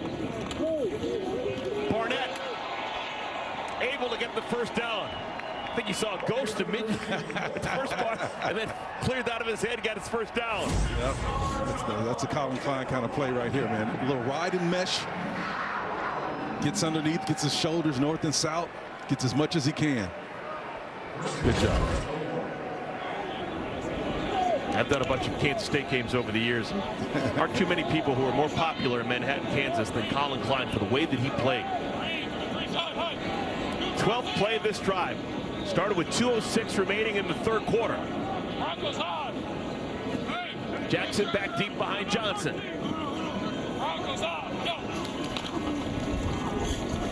Jackson full head of steam. Down to the 17.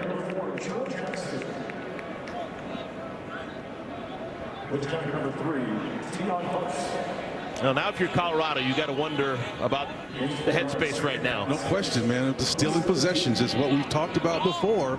You know, they demonstrated on that opening drive at Kansas State. This becomes about points per possession. 10 runs, 2 passes on this drive. They pass it again, and it's incomplete. Nice defense played by Parks. Deion Parks out of Detroit. Well, you got off coverage here, right? You're going to play catch. Eyes are nowhere but on the potential receiver right there. You know you've got an underneath help with that linebacker dropping in that hook area. But it's all you, man. And the great ones right there love that matchup. It's just me on an island. He has a hard time cutting his steak with that thing on his left hand, though. 3rd down and 6. Incomplete, threw it behind Tibbs. Clock stops, 10:28 remaining. See, that's the thing about it. That's twice on this drive. Even though it's been extended, and I'm splitting hairs here, you just don't want to do that. Stop the clock and give a team a chance. 4th and 6. So we haven't seen a successful field goal today. All scores have been touchdowns. Luis Rodriguez, he is 12 for 14 on the year in field goal attempts. This will be a 35-yarder. The holder's the punter, Simon McClannon. Now this is going to be pressure for Colorado to score quickly if he makes it. Center cut. can't do any better than that. Luis Rodriguez makes it a 10-point lead for Kansas State.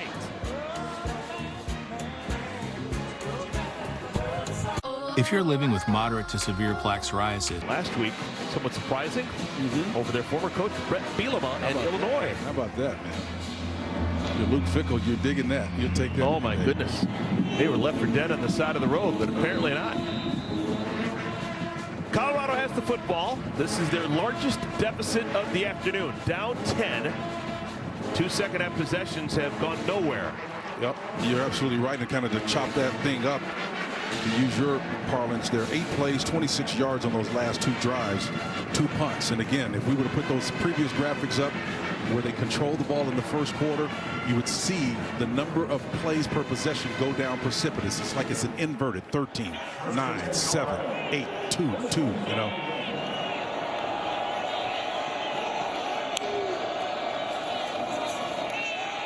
Salter, longest pass of the day. Where you been? Wow. It's complete. Miller's got it all the way down to the 30-yard line. Well, Donovan McIntosh is the right cornerback. I'm not sure how he got him behind him, but again, he pulls up and just slings this up, and he leaves it up just enough where his receiver can go climb the ladder and make that ball. Excellent job. 43 yards on the pitch and catch. To the skies again. Nice. Caught. Oh, wonderful hands by the tight end Atkins. May have landed on the foot. No, they say no catch. Wow. Second down. Well, irrespective of whether they give him the completion, Brett Bartolone is dialing up some great plays. A little split flow here to create protection. Do a nice job of picking that up. Yeah, he trapped that. This was timeout. Not only did he trap, but he landed on the ball. Yeah. I think it knocked the wind out. That point of that ball, you're absolutely right. Hit him right in the sternum, man. And believe me, that leather's full of air, man. It hurts.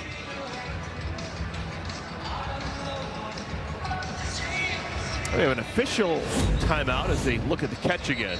But look where that ball is laid, though. I mean, we're looking at the catch, and it obviously is trapped. But I just love the play selection.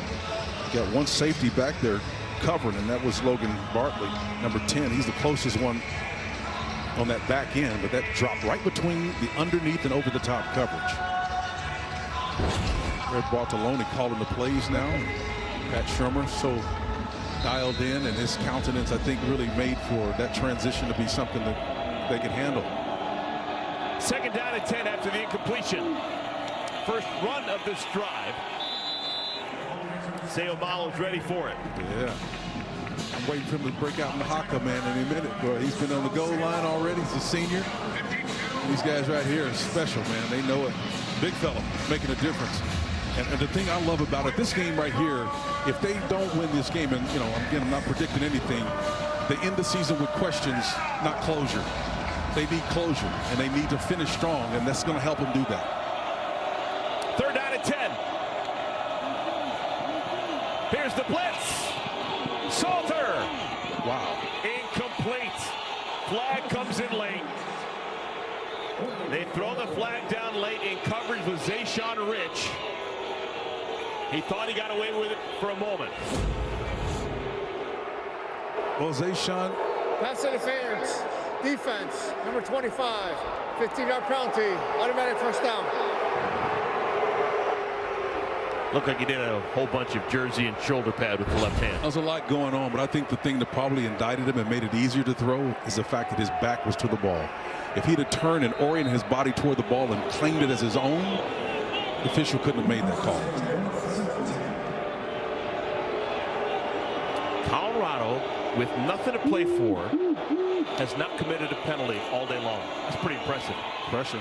Salter throws it away. And it was that pressure that wouldn't allow Salter to get on his platform, man. And he had to get rid of that ball. That's absolutely right. For intentional grounding, the quarterback was outside the tackle box, and the ball went beyond the line of scrimmage. It's second down. Well said. Well, he was moonwalking, man, but Joe Klanderman is saying, hey, look, we had the guy dead to rights.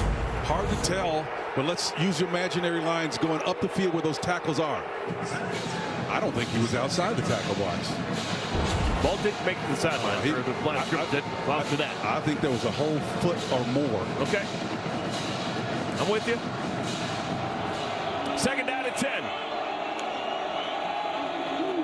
Welch to the 15. Desperate possession for Colorado. They need points. 3 wouldn't be the worst thing. 7 would be ideal.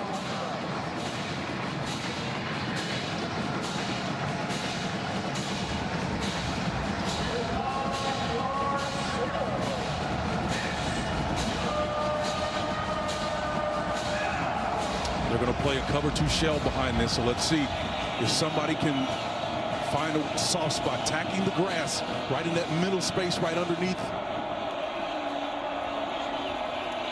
Salter escapes. Pump fake. He's got the first down all by himself. Caden Salter. Here's the naked part of the field. It didn't matter if it was going to be a throw or run. Where he was going to end up was in the middle of the field.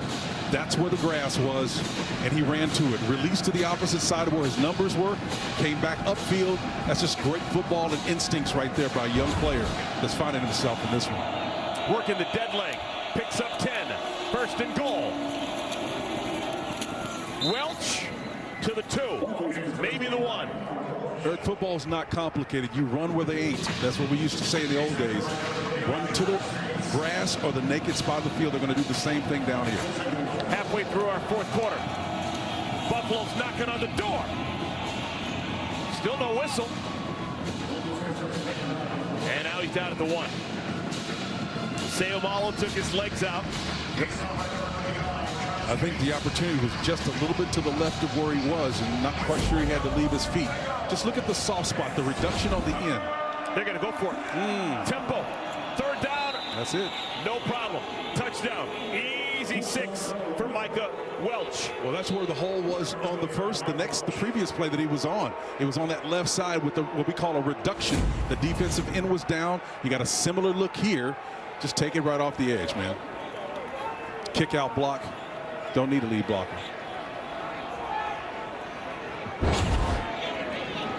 So Colorado, their first touchdown of the 2nd half. And they're an extra point away from making this a 3-point game.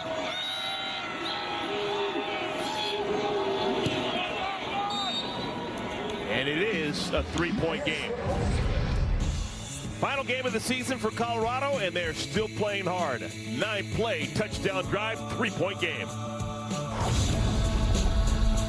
If warm-hearted Barb suddenly had Tom Brady's football. And he does it in different ways. You may or may not like his style, but he is so effective at communicating the heart and the will of his enterprise. Colorado has not won a road game this year. They're 1-7 in Big 12 play, but on their final day of the season, they're still going hard in the 4th quarter. Well, we do know for a certainty who's going to be in the Big 12 championship game. It will be BYU, and it will be Texas Tech. Somebody said that Texas Tech defensive front is the best front defensively the money can buy, man. And I know this much. They are solid through and through, and they've got one of the best coaches around. To get them, Joey is just one of those guys, man, where he's a legend in Texas in the high school area. Yeah. He's got his finger on the pulse of everybody there. All the high school coaches know him. They don't want for great talent every year. Kansas State, can they answer a drive with a drive of their own?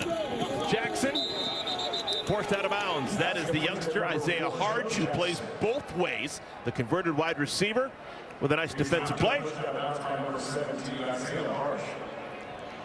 Harge has got a future. Sophomore from South Florida. He's from Hollywood, Florida. You can find a good football player down there over the years.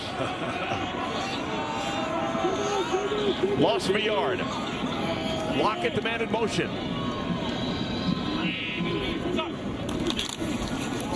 Jackson trying to chew up some clock. He's got the first down. That's vintage Joe Jackson. Well, that's one good way to chew up clock right there. Jeremiah Brown's trying to get him from a 42. And again, not before he's got at least 9-10 yards almost, man. That'll keep the clock running. They list him at 6 feet 212. He's got good sized legs. I don't know if it's because he's blousing his pants, but those thighs look like they're going to work. He's well put together, man. You can see. Look at the calf and the thighs. Another chance. Jackson. I can hear old Frank Broyles saying, look at those thighs, Keith. You're right. I can hear it too. Vintage college football analysis. Yes. He's cut up like coleslaw, as they would say, right? You bet. Late John Blake. Oh, man. That's original from him. K-State trying to become bowl eligible with a win. Jackson, full head of steam. Best run of the day. Out across the 45 to the 43. That man right there is running with attention. He may have got dinged, man, but he just keeps on going. It's like that Energizer bunny. He's very kinetic, great eyes, vision. And he's one of those, what I call a flashback. Some guys will stare down the person that they're running away from. This guy flashes. He sees you, and he's got his focus off of you, looking for the open space. Very, very instinctive runner. So he backed up his 293-yard day a week ago with 106 yards this afternoon. Oh. And again, clock moving. One thing on Colorado's side is they have all 3 of their timeouts at their disposal. Yep. Just from that play standpoint, again, they're still trying to find a way to stop him, Jeremiah Bryant on company. But this running back, man, I wish, now you know why I like to stand in the back of the end zone. Because those little moves there, when the run fits are perfect, this guy still finds a void in there. He's absolutely amazing to watch. Got to give it to Jackson. Nope, they're going to pass it. Johnson completes. Tibbs, first down, Wildcats. You know, every series has ebb and flow, right? And so we've got you focused on the run game. Now we're going to free release our back and then come underneath. And then just a little check down route. Nothing special. Tibbs just sits it right down with leveraged defender on this inside. Got another double-digit gain. Playing in bowl games is not just about the bowl game and the exotic locations. It's about the practices, it's about the habits, it's about the time with the coaching staff. A lot of things go into playing postseason action. The development. Left some meat on the bone. Snap that with 6 on the play clock. Pushing the pile. Wildcats really want it now. Yeah, and you can see it, man. Even though Jeremiah Brown, number 42, gets acquainted with this back like he has been all day, watch the push. Low man wins. Goodness. If I get my hat underneath your shoulder pads, I'm going to push you back. It doesn't matter that you weigh 22 pounds more than me. I'm going to get you on your heels. Well, this is all well and good for Kansas State, but if they don't get into the end zone, the Buffaloes still have a pulse. No question. Field goal really doesn't do Kansas State a lot of good. A touchdown almost solidifies things. Second down and 1.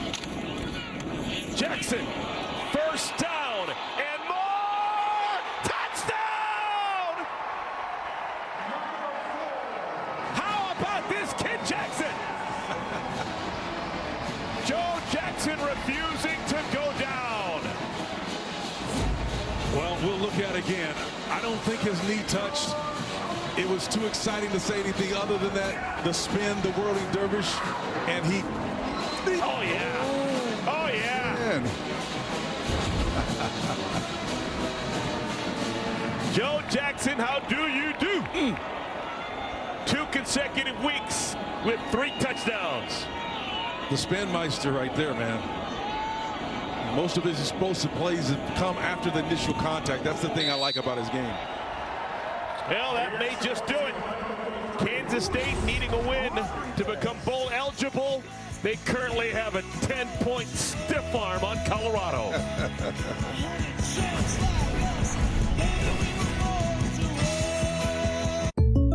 Wonderful job, her son. Time for today's player profile, sponsored by Google. He has backed up his 293-yard game a week ago with a $133 this afternoon. Well, he is special. This kid right here runs with intention, man. Just a brilliant job of keeping a game Colorado Buffalo team on the sidelines. Oh, trouble! Colorado fortunate to have the football. Just handed a note. Joe Jackson, the last 2 weeks, 408 rushing yards with 6 touchdowns. Wow. That is crazy numbers. And that's getting up there, Barry Sanders-esque kind of numbers. And Gale Sayers. Yeah, you alluded to Barry's numbers, his Heisman Trophy year. Most of those games weren't on TV at that time, and he was racking up 235, 289. I mean, it's just every week he looked up. I want to apologize to the good people out there in the Sunflower State. I just mentioned Gale Sayers on a Kansas State broadcast. Those are fight words, right? Exactly. You can't talk about a Kansas player in a Kansas State broadcast. It was the comment, though, man. Kansas comment. We'll go there, yep. Salter. Incomplete. Had a bunch of time and just couldn't make the connection with Miller. Yep, it's all about timing in real time. The game has got to slow down for him. He's got time. This young man's going to be around for a little bit. Love the way Deion Sanders has handled his quarterbacks. Not burning the red shirt and keeping it on, his 5-star recruit. Juju will be around for a long time to come. Colorado has all 3 timeouts. They need a score this time with the football. Incomplete. Really, the only good news for Colorado through the first 2 plays of this drive is they haven't taken a lot of time. 2 incomplete passes.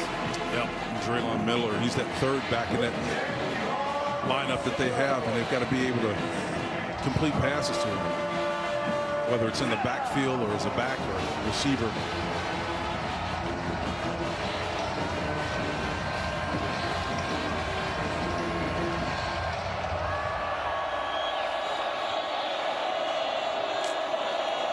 Seen 4-man rush. Nice. There it is. Drive continues. Nice pitch and catch out to the 39-yard line. Omarion Miller. You can see that seam route just sitting there, right? That's 14+ yards, man, on that one. He squats it down and sees it there. They weren't using a Y, but that inside receiver acted just like one. Oh, they just get it off before the 2-minute timeout. And they get another first down. Kansas State may have thought we're going to get to the 2-minute timeout and took the foot off the gas, and it allows to pick up 15 more yards for Mr. Atkins. Timeout, 2 minutes remaining. 10-point game in Manhattan.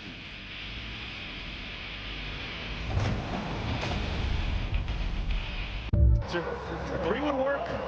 A touchdown would work. Yeah, they need a miracle, no question about that. They need to do it fast, too. That's the deal. Salter on first down. Little crossing route to Miller. That's going to keep the clock moving. Yep. Short gain. Pickup of just a yard.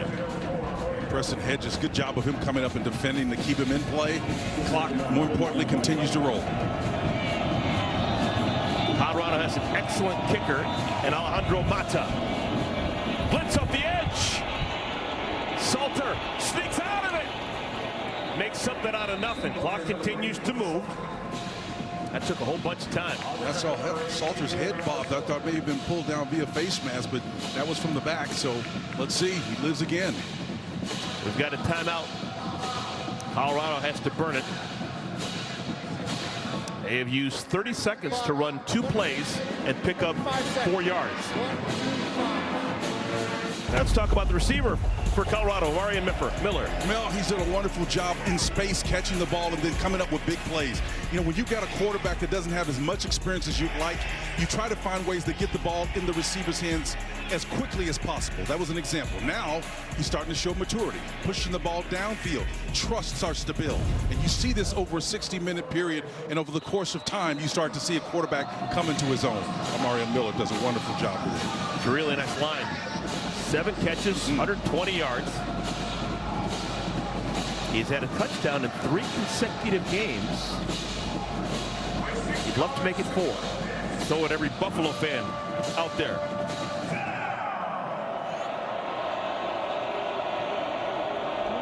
Two timeouts remaining for Colorado. Straight Blitz. pressure. Salter. That would have been a big play to Miller, but defense performed beautifully by Rich. Yeah, we don't like to make comparisons and all that, but the guy out there on that play last year probably makes this catch right here. It hits him in the basket with that hand and not able to draw it, bring it in. Great defense. Maldonado's over the top in coverage, so you had him bracketed. But again, just for that brief moment when the ball is out of his purview, you can't see it. It gets away from him. This is the ball game. Yep. 4th down and 6. Trips right. 4 across field. This is a very conservative coverage. Rolling to single 1. They bring the pressure. Salter goes down. Drag from behind Ryan Davis, who's had a ball game. K-State has the football back. And I'll tell you who else had a great day. With just 3 down linemen and 1 pressure coming late, Joe Klanderman, the defensive coordinator, has had a wonderful time changing his coverage in real time, changing the look. And then when the eyes come down and you're no longer to keep focus on the back end, you're going to have problems being such a young quarterback, seeing the coverage. That may have just sealed an extra month of football for Kansas State. That's a big deal, man. Trying to get to 6 wins, become bowl eligible. They've got the ball in a 10-point lead. Well, they felt the doubt and they've heard the gents chanting. That guy right there, this defensive coordinator, Joe Klanderman, has helped them navigate around some of that noise in the system. And they're going to sleep a lot better now. On the ground, Jackson, pickup of 9. That is almost ideal. Sometimes you don't even want 10. 9 is great, forcing 2nd and 1. Oh, Miss Jackson, your son is for real. That's one thing that we know. This kid right here is a baller, man. And Colorado is not going to use the timeout. Deion Sanders is ready to go home. Colorado has 2 timeouts remaining, and they're going to take them back to Boulder. I think this should probably just a knee then. And congratulations to Kansas State. At times, it wasn't pretty, but it looks pretty when it's all said and done. 24-14, you will take it in a Big 12 conference game. Great alignment for the culture, the seniors, everything about what Chris Klieman likes and needs for his program to thrive. The land-grant institution will be able to live again because they've got something to leverage, man. It's special. Chris Klieman and Kansas State heading to a bowl game for the 5th consecutive year, and 6 out of 7 years that Klieman has been in Manhattan.